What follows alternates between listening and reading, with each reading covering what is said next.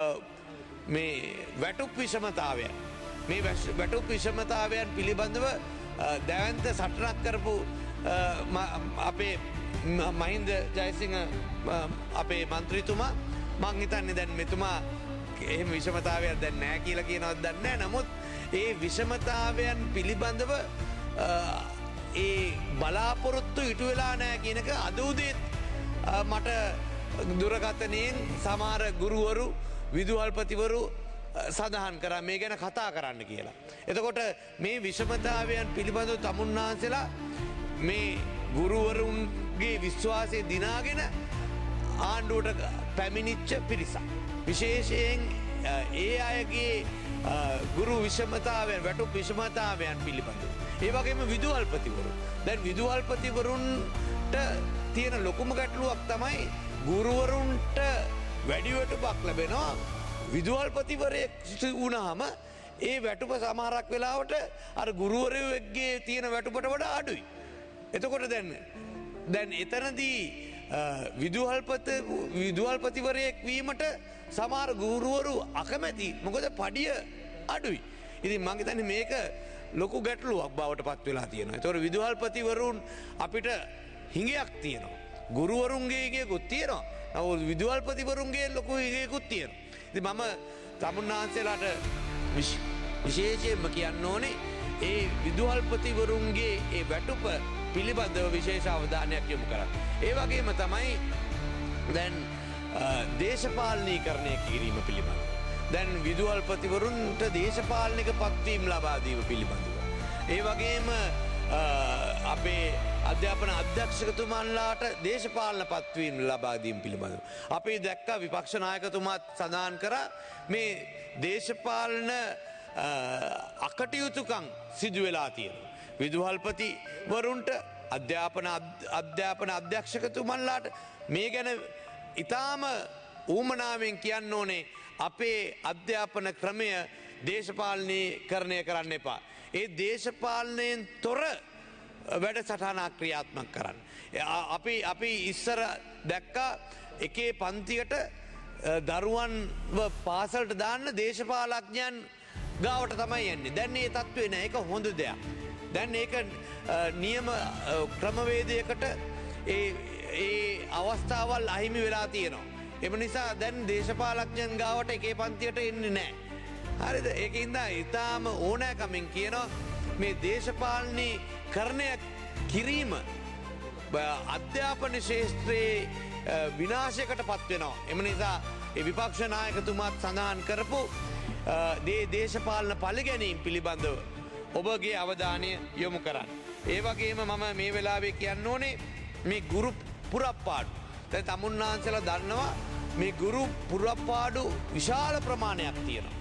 එතකොට අපේ ප්‍රදේශවල පාසල්වලට ඒ පුරප්පාඩු සඳහා තමුන්නාන්සලා බඳවා ගැනීම හැකියික්මනින් ඉටු කරන්න. මොකද මේ අධ්‍යාපන ක්ෂේත්‍රයේ අපිට ඉදිරියට යන්න නම් මේ ගුරුවරුන්ගේ අඩුපාඩු ටික නැති වෙන්න ඕනේ. එතකොට ගුරු පාසල් තියෙනවා ගුරු පුරප්පාඩු විශාල ප්‍රමාණයක් තියෙනවා. එතකොට මේ විශාල ප්‍රමාණයක් ගුරු පුරප්පාඩු තියෙනකොට ඒ සුදුසු අධ්‍යාපනයක් අපේ දරුවන්ට ලැබෙන්නේ නැහැ.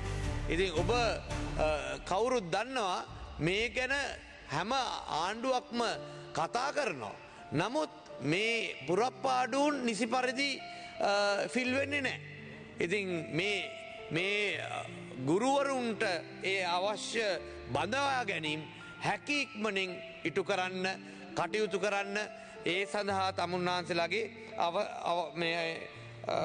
තමුන්නාන්සලා දිරිමත් වෙන්න. ඒ වගේම තමයි මාට ප්‍රථමයෙන් කතා කරපු අපේ විශේෂ අවශ්‍යතා තිබෙන ගරු මන්ත්‍රීතුමා වැදගත් කාරණාවක් ප්‍රකාශ කරා.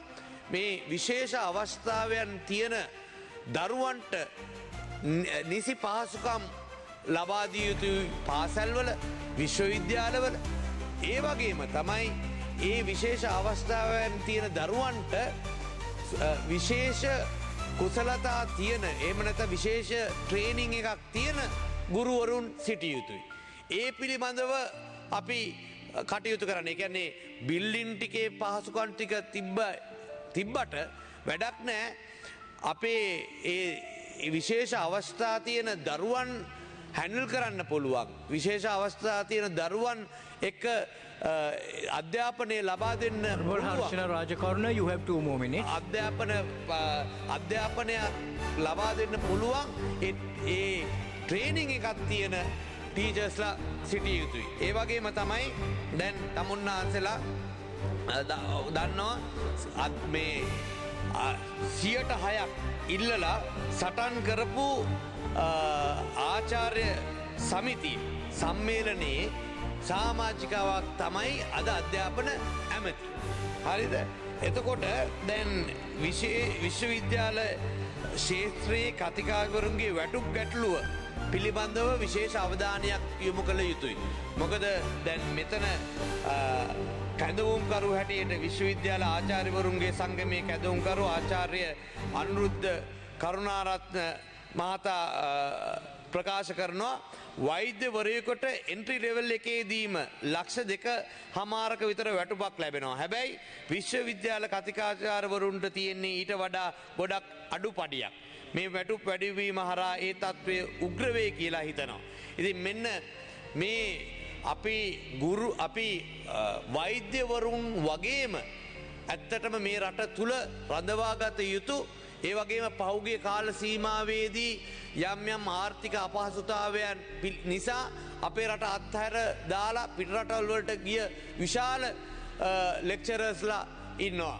එතකොට කතිකාචාර්යවරුන් සිටිනවා. එතකොට දැන් ඉන්න ප්‍රමාණය හරි ආරක්ෂා කරගන්න ඒ වගේම ඒ වෙනුවෙන් සටන් කරපු